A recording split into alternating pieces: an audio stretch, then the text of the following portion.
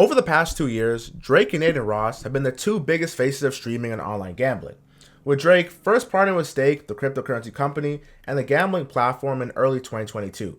Now, having the biggest rapper ever and one of the biggest streamers ever was a major driving force in the early success of Stake, as your favorite rapper's gambling program, which is Canadian, led to Drake's Stake on Shake partnership. Now, this deal is valued over $100 million with the focus of Drake promoting UFC, boxing, and football and any other events that have prop bets to his 100 million social media audience. Now, Drake's responsibility was to create buzz by promoting the platform and influencing and attracting new users to the platform. Now, while Drake and Adin Ross are making millions gambling, many gamblers weren't so lucky, and a Missouri man by the name of Justin Kilham would actually sue Drake, Adin Ross, and Stake over a deceptive online gambling practice, with the headline reading, Drake, Adin Ross, and Stake accused of promoting illegal gambling in new lawsuit.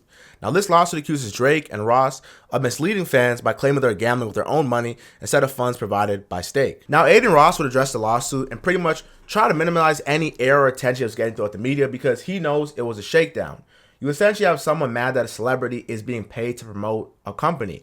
Like, the whole point of Drake, Adin Ross, XQC, Bruce, all these people signed to Stake or Kick as that company, we all know that their whole part of being it is to get money. Like, they're not actually gambling their own money. Like, I thought that was obvious, but some people are sore losers, and here's what Adin Ross had to say. L fucking mans. Guys, there's nothing to talk about regarding the title, regarding what's going on with us. You guys can look into it. I will tell you guys this. Read through the case yourself. It's fucking bullshit. To me, it seems like somebody, if you guys can see what Asmongold said, because someone sent that to me, it's literally true. Like, just watch the Asmongold thing. It's bullshit. It's fucking bullshit. The lawsuit accuses Drake and Adin of encouraging impressionable young fans to gamble and spend their real money when they get free money to gamble, which was misleading because their losses just get written off. As detailed in the court documents obtained by Complex, a Missouri man by the name of Justin Kilham alleged in his lawsuit that Stake, which launched in the US, even when gambling companies remain blocked or heavily regulated in select states, opened a gambling platform that is openly violating the Missouri State Gaming and Consumer Protections Law. The platform, Stake.us, is marketed to Missourians and also so-called social casino. Now, the lawsuit alleges, arguing that this virtual clone of a Stake main website, Stake.com. The lawsuit claims that Stake has engaged in a deceptive trade practice that have inflicted severe harm on the vulnerable in Missouri, particularly younger consumers of those with gambling addiction issues. Kilham accused the company of flooding social media with advertisements and videos from influencers promoting its alleged illegal gambling in the Stake. Drake and kickstreamer Adin Ross are accused of being two of the biggest culprits in promoting Stake. To break this down into simpler terms, this Missouri man filed a class action lawsuit against Drake, Adin Ross, and Stake. Now, a class action lawsuit, for those of you who don't know, is when a bunch of people sue one particular party for one particular reason. Now, the two reasons that Stake, Adin Ross, and Drake are getting sued is because the state of Missouri strictly prohibits internet casino gambling to protect their consumers, and this Missouri man believes that Stake.com created an online social casino, which is free to play, where tokens allegedly cannot be redeemed for cash, which was a loophole and he feels is immoral and illegal. Hold on. 97% of you guys watching this video are not subscribed. Now look, man, I like making the content. You like watching the content. Do me a favor, hit the subscribe button. I appreciate how it's grow a lot, and I'm trying to keep it going, man. Subscribe. Let's go. Although Stake.com openly operates as the largest online casino in the world, it is barred from online real money gambling to consumers in the United States. To circumvent this prohibition, Stake created Stake.us, a nearly identical clone of Stake.com that is rebranded as a free-to-play social casino. Unlike at Stake.com, Stake prominently represents as Stake.us, a platform where games do not offer real money gambling, emphasis in the original. Now, this construct relies entirely on the dual currency system intentionally designed to obscure the fact that players are engaging in real money gambling. Now, the difference between a real casino like Stake.com and a social casino like Stake.us is night and day. Now, a social casino uses virtual currencies like gold coins, gold tokens that cannot be redeemed for cash. Now, for example, on Stake, $20 buys you 200,000 gold coins and $50 buys you 500,000 gold coins. Now, what the defendant would claim is that since this platform had fake money and wasn't actually real money, it will be hard for you to really exchange your earnings, or should I say exchange your rewards, to get real money on the program because it never exists. Now, the document will read that Stake promotes itself as a social casino to avoid gambling regulations and reassure potential players that it offers casino-style games purely for entertainment without real money stakes.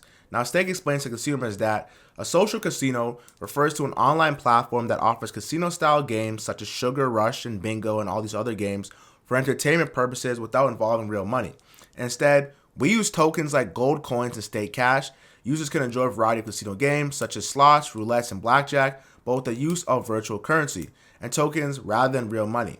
Now, platforms like ours are focused on creating a social and interactive gaming experience, allowing players to connect with friends, share achievements, and participate in virtual communities. For some odd reason, this situation where we have Jake, the Missouri man, suing the Stake company, it reminds me of a couple weeks ago when LeBron James announced his second decision. Now, when LeBron James announced the second decision, the entire world thought that LeBron James was going to retire, and we weren't ready for it. Now, stay with me. The reason why I bring this up is because when LeBron James announced the second decision, as we know, the first decision was when he went to Cleveland, or should I say when he went to Miami, we knew that, oh, shoot, like the prices of the Lakers game tickets might go up. And a certain people started buying tickets because they thought it was his last season in the NBA and they wanted to buy tickets, and tickets skyrocket. Nobody forced you to gamble. That was a decision that you made on your own.